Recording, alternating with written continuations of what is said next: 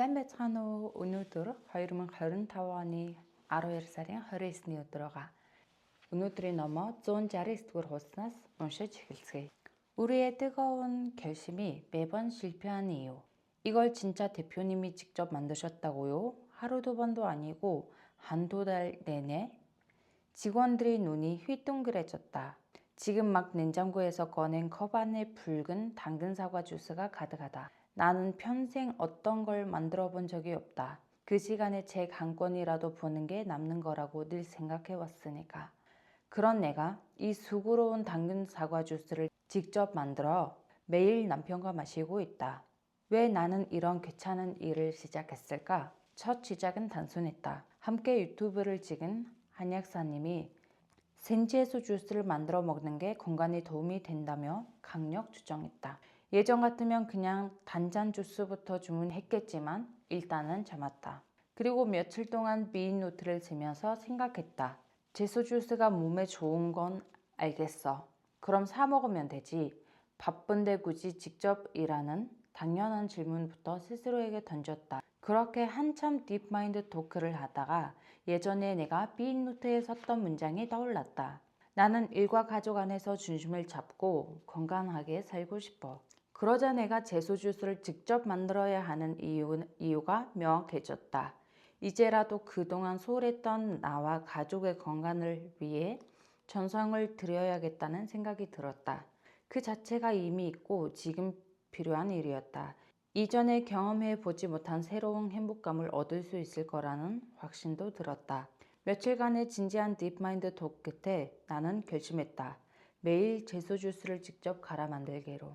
아주 구체적으로 쪼개고 쪼개라. 우선 당근 사과 주스를 루틴으로 만드는 데 드는 시간과 비용부터 따져봤다. 믹서기는 집에 있으니 채소만 사면 문제없다. 요새 채소 가격이 많이 오르긴 했지만 사 먹는 채소 주스 가격도 만만치 않기 때문에 감당할 만하다. 만드는 데 걸리는 시간은 채소를 씻고 다듬고 믹서기 돌리는데 매일 20분 정도 충분할 것 같아. 요새 저녁 약속을 많이 안 잡고 있으니 퇴근하고 잠깐 만들면 되겠지. 그렇게 나는 스케줄을 적는 플래너에 당근 사과 주스 만들기를 썼다. 결과는 어떻게 됐을까? 일주일도 못 가서 멈췄다. 직접 해보니 여러 가지 문제가 발견됐기 때문이다. 일단 밤 8시가 넘으면 층간소음 문제로 믹서기를 돌릴 수 없다. 믹서기 소리가 생각보다 너무 컸다. 8시 넘어 들어가는 날은 무조건 실패다. 게다가 당근을 매일 씻는 것도 너무 귀찮았고 예상했지만 생각보다 훨씬 더 귀찮았다. 흙당근을 깨끗이 씻고 다듬으려면 생각보다 많은 시간과 집중력이 필요했다. 할 때마다 이걸 정말 계속할 수 있어? 라는 마음의 소리가 들렸다. 포기할까도 생각해봤지만 아직은 이른 것 같았다. 그래서 오랫동안 고민 끝에 전략을 바꿨다. 일단 매일 채소를 만드는 계획은 과감히 폐기했다. 대신 겉모양의 밀폐 용기 10개를 주문했다. 그리고 일은 분업화하는 일종의 컨베이어 시스템을 만들기 시작했다. 모든 재료 주문은 금요일에 한다. 잊지 않도록 휴대폰에 알림 설정까지 해놨다. 토요일에 당근과 사과가 배송되면 한꺼번에 다 씻어 넣고 3일치씩 재료를 소분해 놓는다. 다음날 오전 3일치 당근 사과 주스를 만든 다음 밀폐용 컵에 담아 냉장고에 넣어둔다. 이렇게 미리 밑작업을 해두니 3일에 한 번씩 믹서기를 돌리는 식으로 생산 시스템을 수정했다. 결과는 어땠을까? 대성공이었다. 매일 해야 하는 부담이 훨씬 줄었고 시간 문제도 해결됐다. 벌써 2달째 당근 사과 주스를 먹고 있는데 눈이 밝아지고 속도 편안해진 느낌이다. 생전 기대하지도 않았던 이 낯선 풍경 속에서 낯선 주스를 받아든 남편도 어색해하다 이제는 적응한 눈치다. 정성스레 만든 걸 그도 알기에 매일 빠짐없이 기분 좋게 마신다. 그런 남편과 나를 보며 나는 딥마인드의 말대로 새로운 행복감을 느끼고 있다.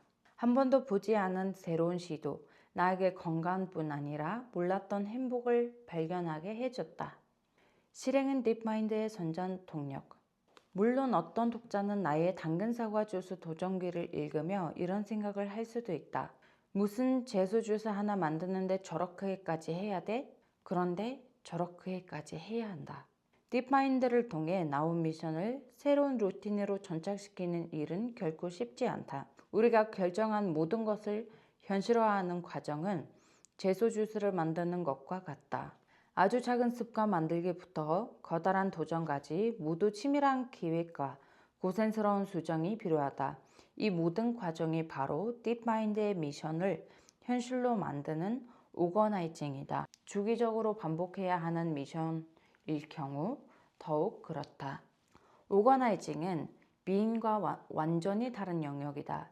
딥마인드 토크를 열심히 한다고 해서 저절로 오거나이징이 되는 건 아니다. 비잉에서 나온 결정을 나의 하루에 구현하려면 현실 감각을 토대로 한 오거나이징 능력 따로 갖춰야 한다. 그런데 이는 사실 우리가 이 마인드로 수없이 연습한 일이다. 버드 루틴은 딥마인드가 주체가 되어 이트마인드의 관점을 활용한다. 버드 다이어리의 딥마인드 토크를 쓰는 비인 노트와 하루를 설계하는 플래너가 같이 있는 이유다.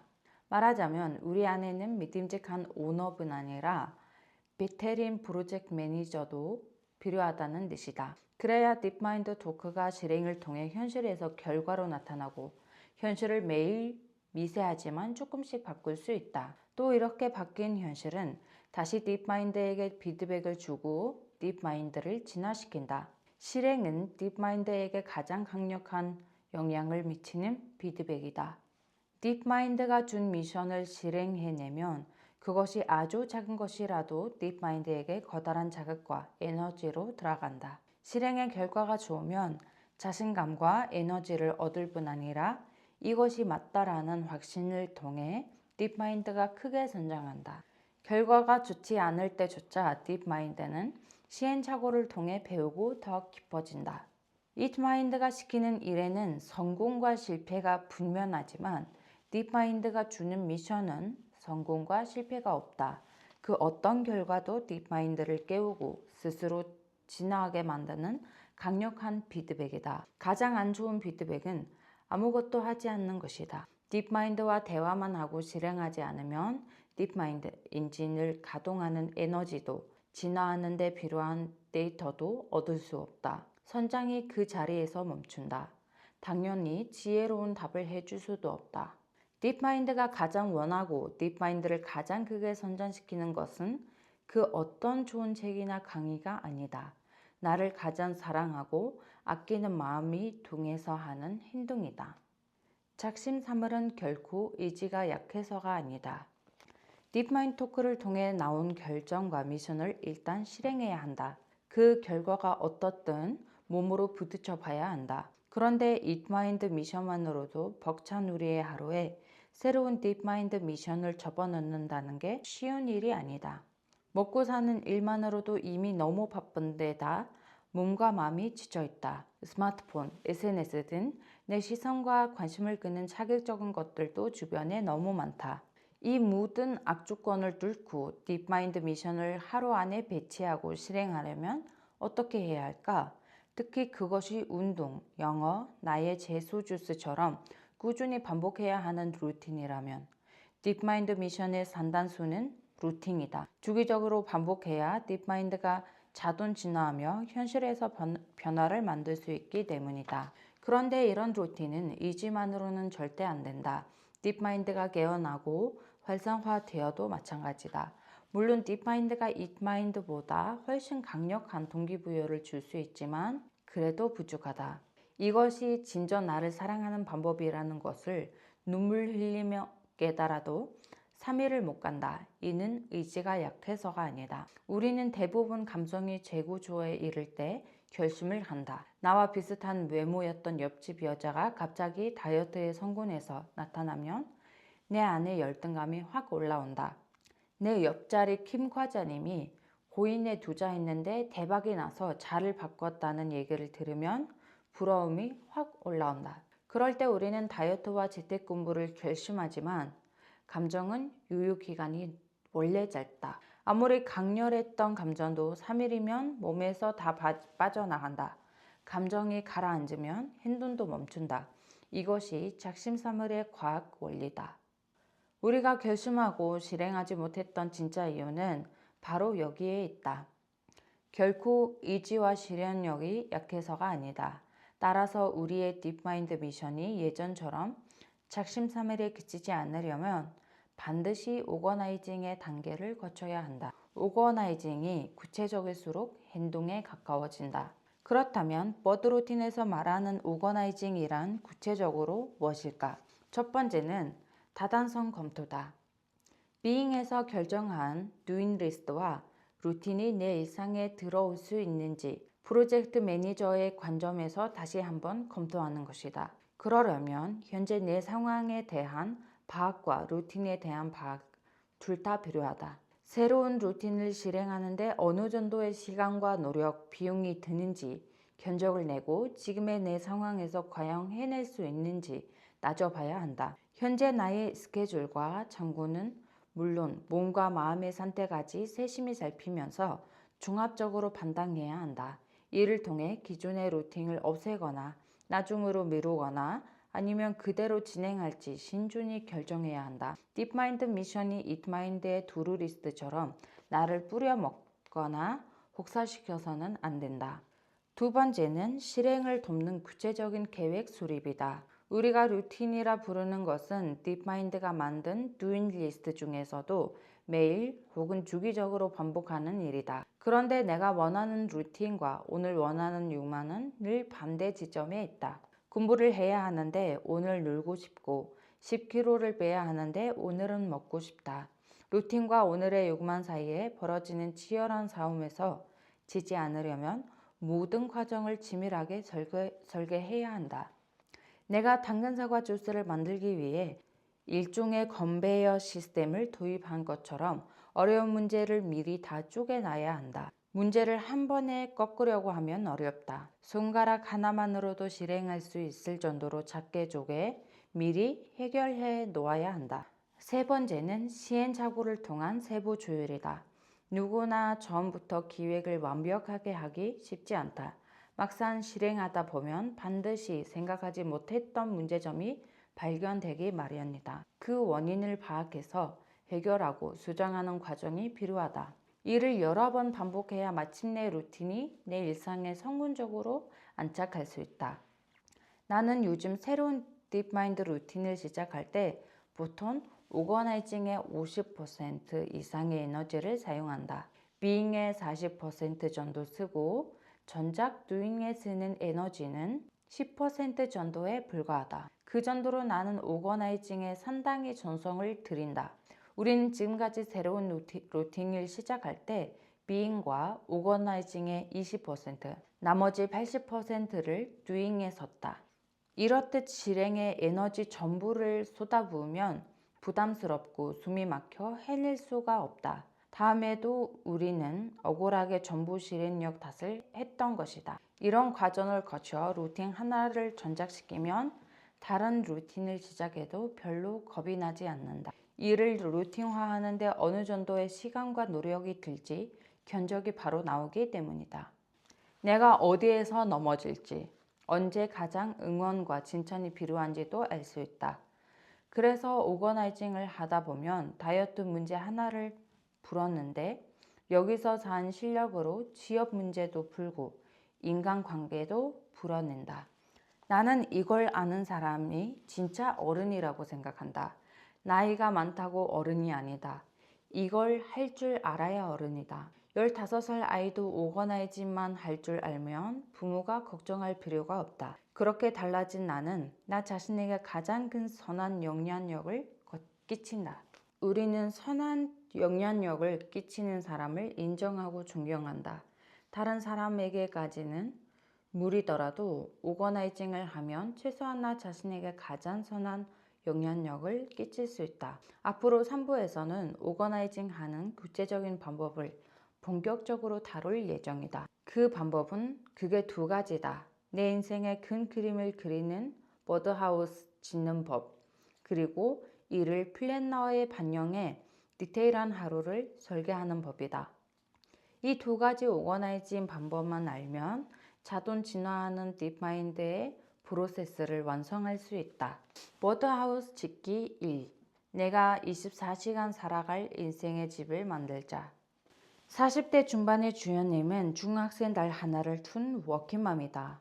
대학을 졸업하고 지금까지 20여 년간 출산 휴가 외에는 쉬어본 적이 없다. 책임감이 워낙 강해 회사에서도 집에서도 언제나 최선을 다하려 애썼다. 매일 새벽 6시에 일어나 가족의 아침 식사를 챙겼고 1시간 일찍 회사에 나와 팀장 업무를 시작했다. 바쁜 일상에도 3년째 영어 공부를 손에서 놓지 않았다. 회사와 집 밖에 몰랐던 주연님은 부동산이나 재테크에는 관심이 전혀 없었다. 그러다 어느 날 충격적인 사실을 발견했다. 지금 전세로 살고 있는 아파트 가격이 2년 사이에 2억 원이나 오른 것이다. 그 숫자를 보자마자 갑자기 자괴감이 밀려왔다. 그동안 하루도 쉬지 않고 열심히 살았다고 생각한 자신이 바보 같았다. 지금이라도 집을 사자고 남편애가 말했지만 그는 너무 올랐다며 반대했다. 그러나 결국 아내의 고집을 꺾지 못하고 부부는 무리해서 아파트를 샀다. 드디어 내 집 마련에 성공했다는 기분도 잠시. 아파트 가격은 점점 떨어지고 금리는 계속 올라갔다. 맞벌이로 아주 풍족하지는 않아도 부족함 없던 살림살이가 대출금으로 휘청였다. 부부의 사소한 마찰이 말싸움으로 번지는 날이 많아졌다. 그럴 때마다 사춘기 딸은 방에서 나오지 않았다. 그 무렵 주연님이 맡은 해외 영업 업무가 많아지면서 야근과 출장이 훨씬 잦아졌다. 그렇게 2년 정도 지나자 몸에 무리가 오기 시작했다. 목과 허리 디스크가 터졌고 불규칙한 식습관으로 역류성 식도염도 생겼다. 몸무게도 급격히 늘면서 지방간과 당뇨, 전 단계 판정을 받았다. 건강에 문제가 생기자 그녀의 마음도 위축되기 시작했다. 나이가 들면서 회사를 떠나는 선배들을 보면 내가 이 회사에 언제까지 다닐 수 있을까 점점 불안해졌다. 대출금만 생각하면 우울해요. 아이 대학 보내고 결혼까지 시키려면 최소한 앞으로 20년은 더 일해야 하는데 여기저기 몸이 안 좋아지니까 너무 불안해요. 40 중반이면 뭔가 안정될 줄 알았는데 매일 닥치는 일을 겨우 쳐내면서 사는 느낌이에요. 이렇게 매일 새벽부터 뛴다고 뭐가 달라질까 싶기도 하고요. 이건 주연님만의 이야기가 아니다.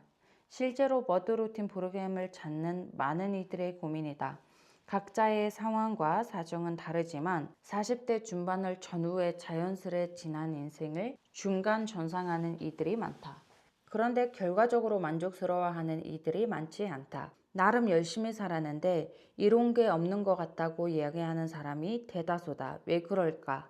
주연님의 말에 힌트가 있다. 매일 닥치는 일을 전해면서 사는 느낌이라는 것이다. 어떤 날은 아파트 시세를 알아보다가 어떤 날은 남편하고 목소리 높여 싸우다가 어떤 날은 다친 딸의 방문 앞을 서성이다가 어떤 날은 해외 출장 때문에 정신없다가 건강검진 결과에 좌절한다. 하지만 가까스로 마음을 다잡고 열심히 운동한다. 그러다 다시 야근이 시작되면 운동은 흐지부지 되고 회사에서 갑자기 잘리는 선배를 보며 술을 마신다. 이처럼 매일 일어나는 각각의 사건에 감정으로 반응하고 행동으로 열심히 전해면서 산 것이다. 현재와 미래를 보여주는 한 장의 그림이 필요하다. 그렇게 오늘 벌어진 사건들, 단전 시급한 문제들을 정신없이 처리하다 보면 어떤 기분이 들까? 내가 조각나는 것 같다. 내 시간도 조각나고 에너지도 조각나고 마음도 조각나는 것 같다. 이런 자잘한 조각들, 자잘한 노력들 모아봤자 뭐가 될 것 같지도 않다. 그러다 우울한 감정이 거지면서 내가 이뤄놓은 것들이 쓸모없어 보이고 나도 한심해 보인다. 주연님도 그랬다. 하지만 단언컨대 그녀는 잘못 살지 않았다. 책임감이 있고 성실하게 자신의 인생을 만들어 왔다. 다만 이를 눈으로 확인할 수 있는 큰 그림이 없었을 뿐이다. 내가 어떤 인생을 살고 있는지, 지금 내 인생을 위해 어떤 가치와 의미를 만들어가고 있는지 보여주는 현재의 그림이 없었다. 또 그녀에게는 매일 살고 싶은 하루, 내가 진정 원하는 인생의 방향을 보여주는 미래의 그림도 없었다. 그래서 문제가 생길 때마다 주도권 없이 끌려다닌다는 생각이 든 것이다. 그녀에게 지금 가장 필요한 건 바로 이 모든 것을 통합한 한 장의 그림이다. 내 인생 전체를 조율하는 집, 버드하우스. 버드 루틴에서는 그 그림을 집의 형태로 그린다. 내가 매일 들어가서 사는 인생의 집, 그것이 바로 버드하우스다. 우리는 몸이 기거할 집만 필요한 게 아니다. 내 마음인 딥마인드가 매일 들어가 살며 내 인생 전체를 조율하는 인생의 집이 따로 있어야 한다. 매일 아침 눈을 뜨고 잠들 때까지 내가 일상적으로 해야 할 일, 내가 선취하고 애써야 할 일은 물론 놓쳐선 안 되는 일생의 소소한 행복까지 모두 담긴 집. 한마디로 나의 24시간, 나의 365일이 고스란히 담긴 집이다. 우리는 그동안 변화와 성장을 계획할 때 이루어야 할 선취와 사회적 성공 위주로 그림을 그렸다. 내가 행복하고 건강한지, 가족이 서로 이해하고 화목한지는 지표가 아예 없거나 거두는 수준에 그쳤다. 그래서 대부분 오거나이징은 일과 삶이 분리되어 있다. 즉 그동안 우리는 인생의 집이 아니라 일하는 사무실만 만들고 대금과 동시에 나온 것이다. 그러나 버드하우스에서는 일 또한 삶의 일부분이다. 이처럼 내 인생의 전체 그림을 통합해서 보면 삶이 가장 정확하게 보인다. 파편화되어 쓸모없는 것처럼 보였던 조각들, 중요하지만 제대로 인정받지 못했던 노력이 합쳐지면서 내가 그동안 무엇을 잘해왔는지, 내가 그동안 해온 일들이 어떤 의미였는지 선명해진다.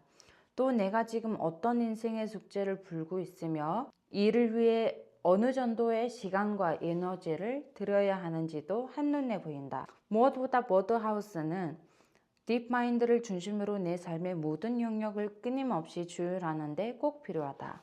이 집의 주인인 딥마인드는 나에게 최적화된 외적 성공과 내적 선취의 균형점을 찾아내 어떤 상황에서도 내가 중심을 잃고 쓰러지지 않도록 도와준다. 더 나아가 외적 성공과 내적 선취를 행복하게 지속할 수 있는 최적의 인생 배치도를 그려준다. 그것이 바로 버드하우스다. 오거나이징에서 가장 먼저 할 일도 나만의 버드하우스를 짓는 것이다. 버드하우스는 버드 루틴에서 핵심적인 역할을 담당한다. 버드 루틴을 계속하려면 먼저 버드하우스부터 튼튼하게 지은 다음 이를 매일 스케줄에 성실하게 반영해야 한다. За ингээд өнөөдрийнхөө номыг 184 дугаар хуудас хүртэл уншлаа. Дараагийн номороо уулзъя. Баяртай.